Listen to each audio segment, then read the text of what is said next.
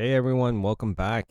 I had a few discussions over this weekend talking to some junior level position people with lower level of experience, close to no experience, maybe minimal, a year, 2 years.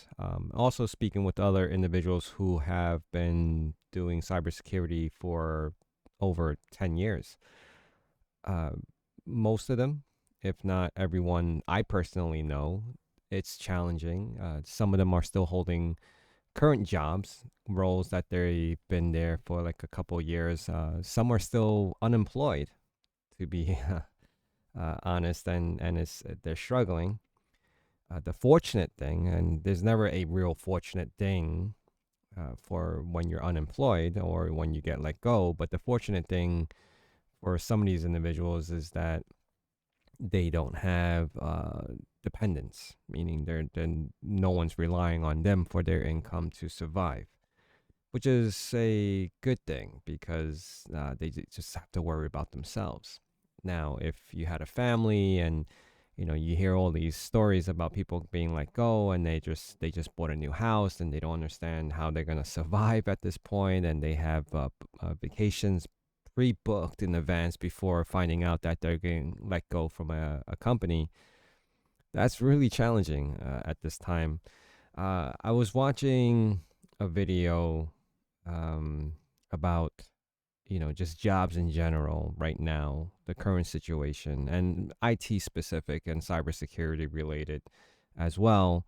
During the pandemic, when people were working full remote, there was always a reassurance that people were getting paid more than the market rates because the organizations didn't want to lose top talent to other companies or competitors, so they would pay these extravagant amount of salaries, hiring full remote during the pandemic. And these individuals, some of these individuals, and it still may happen now, but probably not as much because of the calling back in office mandate, and also the hybrid situation is probably a little more difficult to hold multiple jobs. So during the whole full remote during the pandemic, I knew people who were working two, three jobs, which is crazy, right? Making two times more money than what I was doing. I never took that. I never went that route because I knew how stressful. I didn't want to be, uh, just overlapping of scenarios. People did get caught, and they were let go. So there was always a pros and cons to everything, right? It would have been nice, right? Doubling your income and all that. But right now, it's obviously that's not happening anymore.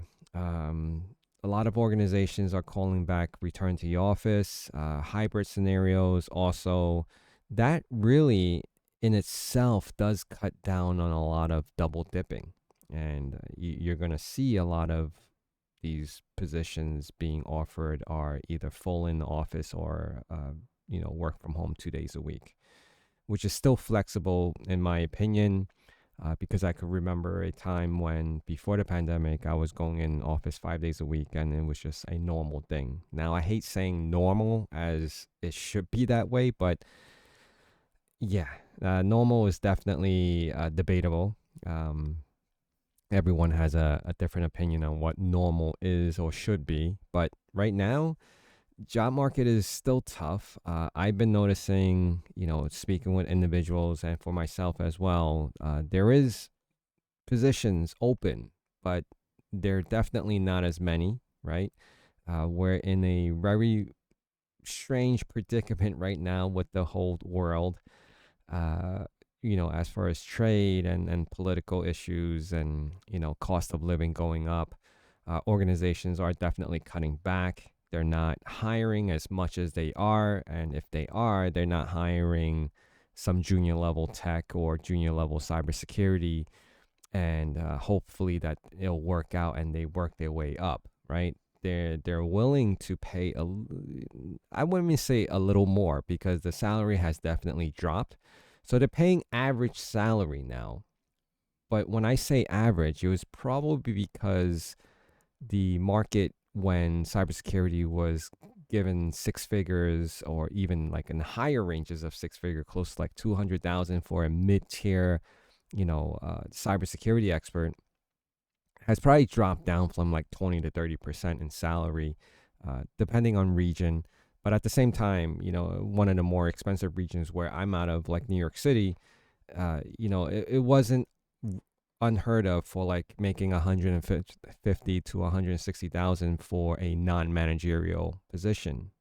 Times have changed now where managerial positions are only being offered 150 or even 145,000, and you're probably the one or two man team, opposed to where the team would have been like five people or six people, right? So definitely a huge cut. I don't know, CISOs, there are still posting of CISO positions out there, but it doesn't seem as lucrative as it was in the last, 5 or 4 years ago. So the challenge is that a lot of organizations are cutting back, reducing the staff count, and I had a discussion where, like, honestly, if you hired a SOC, you know, uh, tier one, tier two, how many SOC positions do you really need for an organization of the size of, let's just say, 500 to 1,000 employees? Probably just the two, right? You're not going to hire three. You're definitely not going to hire four. So it was very, very debatable. And even if you did hire a third or fourth one, there's nothing stopping them from offshoring that to a consultant, right? That's probably going to be out of the country for a lot lower pay than what you're expecting to land here in the United States, making maybe 75, 80,000, which is pretty common. It really depends on the company that's willing to do that. But yeah, it's really challenging right now. Don't expect a lot to come around in the short 2 3 year time period. I think this is gonna take some time for it to recoup and rebuild itself as far as confidence level in companies making sure that they can actually afford all this stuff. The last thing they want to do is overhire and then start letting go people, which we have clearly seen in the thousands, if not thousands, hundreds of thousands of people being let go because of overhired in the past. And it wasn't even that long ago. So um, the confidence is low as far as spending, but at the same time, I just want to also say that cybersecurity is not going away, although AI is dominating for certain parts of it where it's probably not required anymore. And I've spoken about this in the past where it's probably similar to, legacy programming languages that no one uses anymore, but there are tons of people who spent thousands of hours mastering it, right?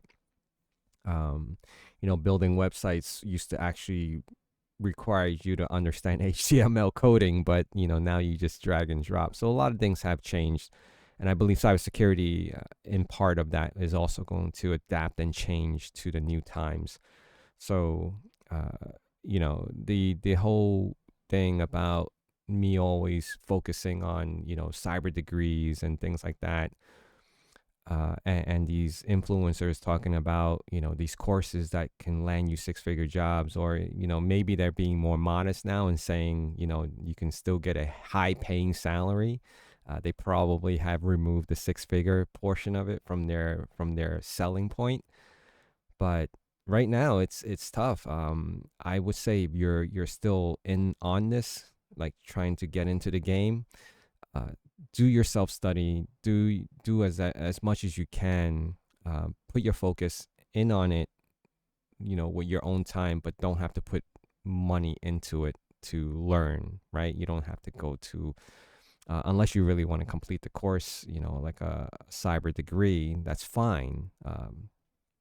But there's a lot more to learn than just cybersecurity terms and technology.